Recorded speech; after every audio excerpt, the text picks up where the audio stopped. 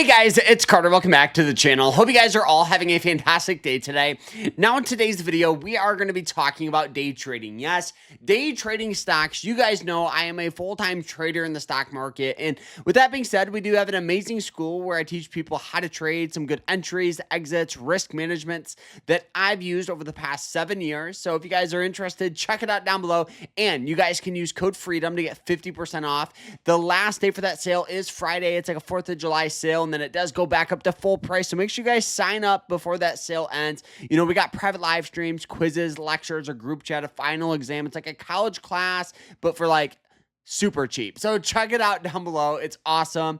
And let's have a quick word from the best broker of all time, which is Moomoo. I know a lot of you are just getting started with investing, and one app that I've been using is called Moomoo. It's super beginner friendly, but still gives you pro level tools like live market data, easy to read charts, and news all in one place. And the best part, new users can get up to 60 free stocks when you open up an account with qualifying deposit. And honestly, that's actually why I tried it. And I've been using it ever since. Check out the link down below if you guys are curious. If you guys are just getting into trading, highly recommend checking out our school, signing up with Moomoo, because that's what I've done. So let's dive into this here. So when it comes with day trading here, there's millions of different strategies. That's what I kind of want to talk about real quick is there's momentum traders, there's short traders, there's long traders, breakout traders, moving average traders.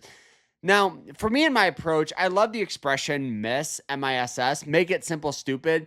I'm not going to be the trader that's going to have 30 different scanners going, that's going to have flashing screens, 30 monitors. No, I keep it as simple as I can with trends and basic indicators. So one of the things that I do that a lot of day traders actually don't do is I only focus on about 5 different stocks and ETFs. So it's Tesla, SPY, QQQ, NVIDIA, and Apple. Those 5 stocks and ETFs is really what I master. But of course, if a stock's undervalued, I am going to buy it. If it's overvalued, I'm going to short it. I'm just really looking at those 5 positions on a day-to-day trend line basis. So looking at this play here on Tesla, you guys can see that Tesla really, looking at it, was starting to get some sell-off here before the market opened, right? It had a good move of buying pressure, but really lately it was just kind of starting to stair-step its way down here. And that's the first thing we noticed was that, right? Just that general trend line, really thinking that sellers were in control of this stock, right? So now I go, okay, if we're going to go long in this position, obviously we want some sort of trend line breakout ideally. So we threw an alert above this trend line, and obviously it didn't hit it. We got more sell off here.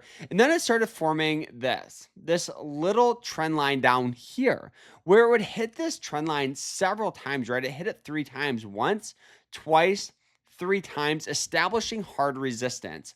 So now here, as it's approaching this, we also noticed that the RSI right down here is trading near and around a 37, which the last time I was trading for that was back in this range. So we found resistance and then we found support, right? So now looking at this, you can go, okay, ideally you'd want to buy down here and sell up here. Most of you would think that, but for me, I love a strategy called the breakout strategy.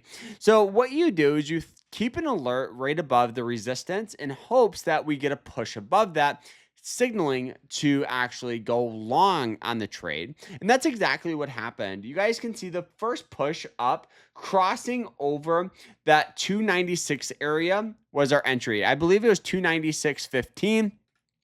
My thought process was entering here, keeping our stop loss below here for a possible push back up to that original trend line here, which gave a risk versus reward of about 2.74, risking $1 essentially to make about $2.74, which is actually a relatively decent risk management.